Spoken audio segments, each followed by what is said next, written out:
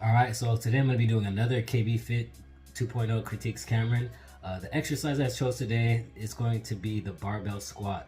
Now I'm doing things a little bit differently today. I'm going to be doing two different barbell squats. I'm going to do one where I'm showing you two sets of me doing a regular barbell squat, and then the second set of videos I'm going to show you is going to be me doing an elevated barbell squat.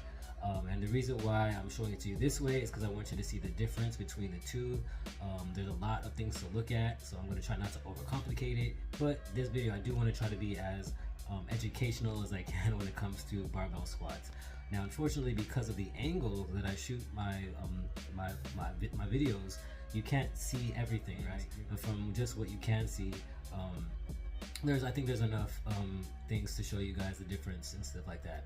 Now, one thing that you'll see the big difference is between the two, doing the flat foot versus elevated, is the depth of my squat. Now, there are different reasons why you may not be able to get that low. You could be lacking core strength, leg strength, ankle mobility, hip mobility, all different types of things. But from what you'll be able to tell from my videos is that the one thing that I do lack is ankle mobility. Now, my ankle mobility isn't terrible, but if it was a lot better, I should be able to get as far down flat-footed as I do with my foot elevated. And as you'll see, and I'm just giving you a spoiler alert, I definitely get a lot lower when my feet are elevated versus their flat foot. Heel is pretty much, you're elevating your heel, so your heel is on either an incline of some sorts. Like I said, some people, they use a plate, or we have wedges at the gym that I train at and work out at. And that's so you can eliminate the ankle mobility, so your ankle doesn't have to flex as much. Right. So now there's different things that you can do to alleviate that, which is one of the things I've talked about is the wedges, but also it's foot placement, right? You can have your feet wider versus narrow. You can have your toes pointed out versus straight. So what I do a lot of times, even flat-footed, to help alleviate some of my ankle mobility issues and to get as deep as I can get, is instead of having my toes pointed straight forward, I do have my toes pointed out slightly so that I don't have to worry about the ankle mobility as much. So like I said, there is a lot to look at. I don't want to overwhelm you with too much information. But yeah, and then when you're doing barbell squats, it is something that you want to pay attention to is where the barbell is placed. I'm doing regular barbell squats. Some people, they do low bar where the bar sits a lot further down on their back, but mine is pretty much up at the traps. I would call it like a standard barbell squat. So there's a lot of stuff to look at. I know I just regurgitated a whole lot of stuff to you guys right now. Hopefully you guys understood and caught all of that, but there is a lot of stuff to look at, and I'll do my best. So I'm going to show you two sets of each. For my flat foot, there actually was 3 sets, but I'm only going to show you my last 2 sets of that one, and that was back in March. And then I'm going to show you my elevated, or my heel elevated barbell squats that was done in April, and so you can see the difference. So with that being said, once again, I'll just say a couple of things to look at. Look at my foot placement, how close and wide my feet are together, the angle of my feet, and the pace in which I'm going into my squat, and looking at how my knees are caving in or buckling or whatnot. There's a lot to look at, but with that being said, let's watch this first video and action. All right, I feel like my feet are kind of wide on this one, not too wide, but not super narrow. And you see me going down. I feel like it's a decent pace, but as you can see, I'm going just a little bit past 90 degrees. I think it's a nice depth, but obviously I would love to be able to go a lot deeper than that.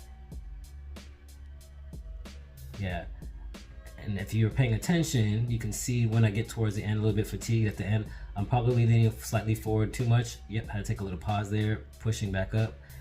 And that was my first set. So I don't think that was terrible, but obviously there's a lot of room for improvement. So let's watch set number 2 and action. All right, setting up again. My feet are pretty much the same distance, maybe slightly closer, but pretty much the same distance. My toes are still pointed out. Going down, as you see, I'm trying to go a little bit deeper, but going deeper requires me to lean a little bit more forward. My knees are doing pretty good in terms of not caving in. Yep, I'm leaning forward a lot, but I'm getting a little bit deeper in this one. Ooh, really hard. I'm gonna do another rep. Here we go. Push, push, push. And there you go. So once again, not terrible, but not the best. if I were to grade those ones, I usually give myself B's. I would give myself a B for that. As you know, because I said my range of motion, I could go deeper. Maybe I should give myself a B minus. But I feel like overall it wasn't terrible, but clearly room for improvement. Yeah, I'll give myself a B minus. I'll be a little bit hard on myself there. I don't want to be too generous. All right, so now I'm going to show you heels elevated. Now what you'll see in this one is my feet are a lot closer together in this one. Why? Because now my ankle mobility is being helped with the wedges. And you'll see me getting deeper range of motion. But let's look at everything else. And action. Yep, feet are closer together. Pace is a little bit slower going down. I'm getting deeper in there. See how deeper I'm getting? Way more range of motion. Going a little bit faster. Oh, that one was even lower. Almost got stuck on that one. Ooh, I was even lower. As I'm going, I'm getting lower and lower because I'm really trying to get ass to grass. Really low. My knees kind of... You can see my hips opening up. So that was set number 1. Once again, not terrible, but like I said, you can see that every rep is different depths. And I kind of want to talk a little bit about box squats and why box squats are very good to do, because it helps with that, right? Because as you notice, not every squat has the same depth. Some squats I'm going, or some reps I'm going a little bit deeper than others. You can see my hips opening up to kind of allow my hips to go down, or my glutes to go down further. But anyways, let's watch set number 2. Let me stop talking. Let's go to set number 2. And action. Feet the same feet the same distance.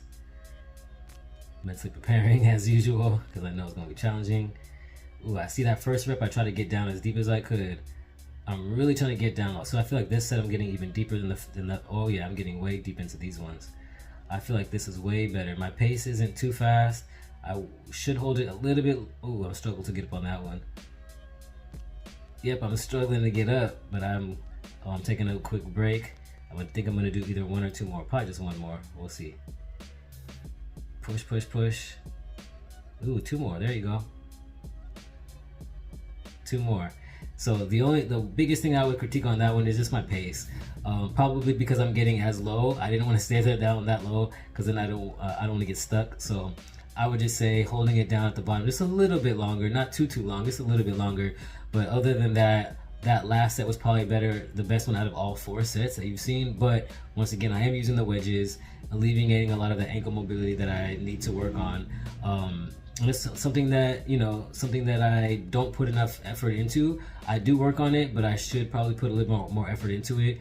But as I've talked about, I have so many different issues going on with all the different types of muscle imbalances. It's hard to,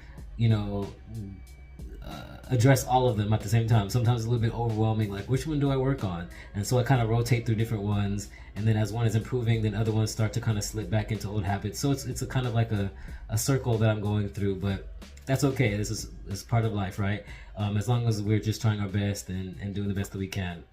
So hopefully that was somewhat educational and somewhat entertaining, and maybe hopefully you learned something as well about barbell squats. And something they could learn as well. But that was that one. I just wanted to show you the difference between the two, seeing, once again, how I'm just like everybody else. I have my struggles, my weaknesses, and I'm trying to improve. And I do things in order to try to help myself get better. So anyways, once again, hopefully that was educational and entertaining. And with that being said, I will see you guys in the next video.